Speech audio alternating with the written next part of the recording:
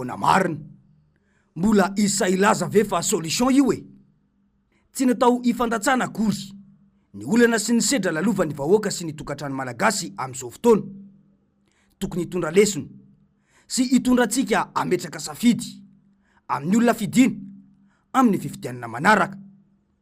Tsy tokony hosodokany seho ivelany sy ny fampanantenana nofinofy, fa tokony ahiandinika sy amantatra ny tetikasa tena azo ampiarina sy hipaka any ambilan'ny vahoaka. Tsy vitany atsaran-tarehy na fananam-bola ny fitantanana firenena, fa mila fahaizana sy traikefa ary fahamatorana. Raha mijery ireo firenena mandroso any ivelany rehetra dia hitantsika tsara fa olona efa ampitoana tsara ary manana fahamatorana no mitondra ireny firenena ireny. Tsy fahamatorana sy tsy fahaizana no mahatonga ny zava-misy iainan'ny firenena malagasy amin'izao io. Ataovy ampy izay niainana 5 taona izay, fa efa tsy solution intsony io, fa nitondra olana ho anao aza no nataony. Raisitsika ohatra kaiky ny vidim-piainana, mitaraina ny isa-tokantrano ankehitriny. Hatrany amin'ny 50,100 ariary ny ray kapoaka amin'ny vary. Ny asa nefa tsy misy. Vokany, ny vahoaka no sahirana. Hoy indrindra mantsy ny fanazavana hoe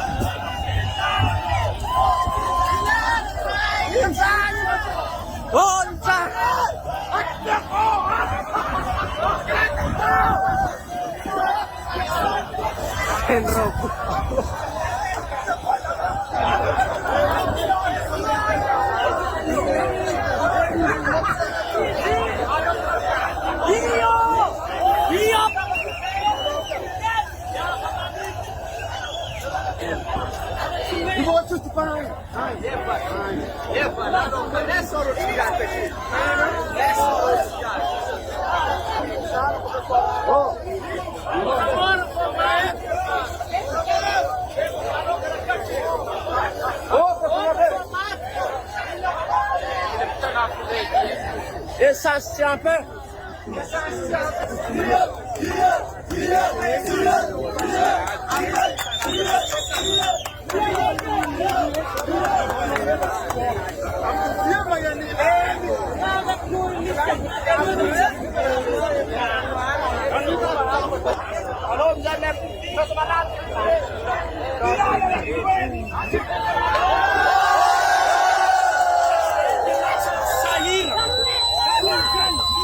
Rava niseny vete manompo eto aty zay nambolagna aty tsy naitanavuka izany tsy fahatomboky mipody afanapandety zarety masafararo manompo eto nilavanitsy ary misy tamin'ny 10 taogno nilavanitsy sy ampivagna nisy aiky amizao ka iroanay raha tsy ilainandresaka ezinay. Dia mipetraka ny fanontaniana hoe inona no sakana tsy ahafahany mpitondra mamany olana ny vahoaka ankehitriny io. Tany ambolena ve no tsy misy eto amintsika?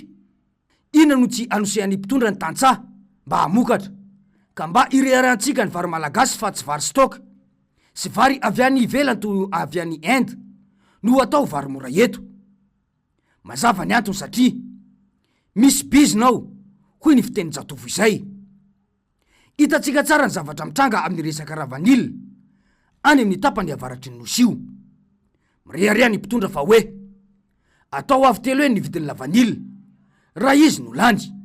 Naratsiana mihitsy aza tamin'izany fotoana fa hoe raha ny filora ravanomanana no lany eo dia ataony toy ny vidin'ny voatabia ho vidin'ny lavanila io. Fa izy kosa anao izany ho avy telo amin'ny vidiny hoy Rajoelina io tamin'izany fotoana ny fampelezan-kevitra ny taona 2024. Tsy natao andatsana ny zava-miseho ankehitriny, fa lesona kosa mba ahafahana mibanjana ny ho avy. Zavatra efa tsy vita tao anatin'ny 5 taona nitondrany, izay nitsotsoroka foana, dia mbola ho vao maika itsotsoroka io, raha mbola io fitondrana io no eo. Atreto dia tsy mety milamina ny seha-piarina la vanilla eto Madagasikara. Raikitra ny fitakiana ny vovonan'ny SOS Vanille any amin'ny Sava mba analalana io sehatra io, ka isan'ny takiana izy ireo ny fanafanana ny SNV na ny Conseil National de la Vanille sy ny fanafanana ihany koa ny agrément, ary amelana ny rehetra isera sy afaka anondrana la vanille ho an'izay manara-dalàna araky ny fanambaran'izy ireo ny 20 ny volana marsa teo. Nanitrikitrika izy ireo fa mbola tsy foana, ary mbola manan-kery ny lalàna 7 tsipika aotra 970. Ny 4 ny volana novambra taona 770 ao amin'ny andininy 9 milaza fa malalaka ny fiarina la vanille, ka tsy ekena ny famerana ny vidiny la vanille na ny vidiny aza na ny amarotana azy, fa ny tolotra sy ny tinady eo amin'ny tsena no mamaritra ny vidiny. Nanome feptaona 27 ora ny vovonana SOS Vanille amahana ny olana eo amin'ity fiarina la vanille ity. Tsy andohalika intsony izy ireo ny ranombary fa efa antenda. Mpamboly sy mpisehatra la vanille 10,000 eo no efa nanao soni, ary vonina anao etsika goavana raha tsy voavahan'ny olana. Omaly alakamisy 17 ny volana marsa dia nisy ny fitokonana, samy nampiseho ny atezerana. Tonga saina ny rehetra fa ka tsy solution araky ny irahirana azy ilay numéro 13, ka tonga atramin'ny hoe miala io, miala ary roay. Hoy indrindra mantsy izy ireo hoe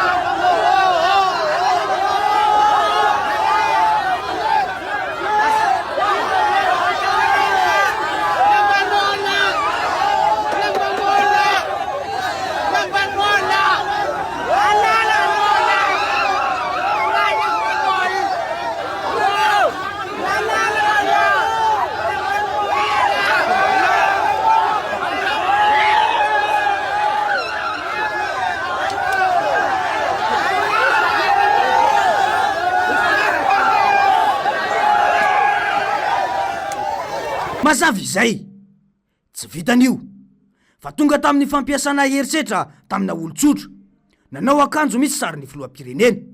Ity tokoa ilay hoe ny kary no manao ny ataony, ka ny saka no voatapa-drambo.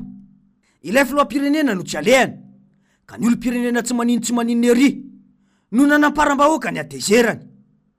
Io tranga io dia midika fa tezitra mpitondra ny vahoaka amin'izao. Ny fanontaniana mipetraka izao dia ny hoe Mbola Sahy anao fampelezan-kevitra ve io filoha-kehitriny io? Iny indray zany no lazainy sy ampanantenainy satria ny nolazainy teo aloha aza tsy nisy tanteraka.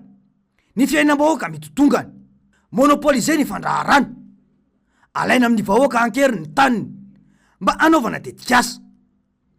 Tsara ihany koa ny mampatsiahy fa isan'ny fampanantenan'ny rajoela tamin'ny propagande ny taona 2014 ny ampiakatra avy telo eny ny vidiny la vanille.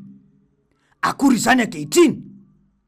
Ny faritsy Savano nazahoany Sambato ambony indrindra satria 900 latsaka kely ny tamin'ny fifidianana.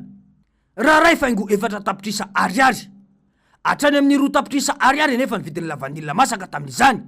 Dia zara raha ray tapitrisa ariary hatramin'ny 10 tapitrisa ariary ny vidiny la vanille masaka efa vita ankehitriny. Niakatra avy telo eny sa nidina avy telo eny zany no vidiny ankehitriny. 500 hatramin'ny 500 taonina isan-taona ny la vanille ahondra ny Madagasikara. Ny tantsaha no mamboly la vanille, ry zareo no mikarakara azy, kanefa akany CNV $4 isaky ny kilao, izay tsy misy tamberiny amin'izy ireo. Inona ihany koa no mba niverina any amin'ny faritra. Izao famerana ny olona hividiny la vanila izao ve no atao hoe avy telo eny amin'ny vidiny zay efa roa tapitrisa tany alory Andriamatofilo. Mahaikajy ve ny mpitondra sa tsy e? Misy dikany mazava io ry mpandrara la vanila. Ary izao zavatra iainanareo izao no atao hoe monopole amin'ny fandraharana, satria misy olo tokana manana tombotsoa arovanao ka na ny lalana misy 7 tsipika aotra 900 ny faefatra ny volana novambra taona 7 aza milaza malalaka ny fiarina la vanila no hitsakitsainy. Ny sisa no oka ho tandremana ry malagasy fa ahoana mariny.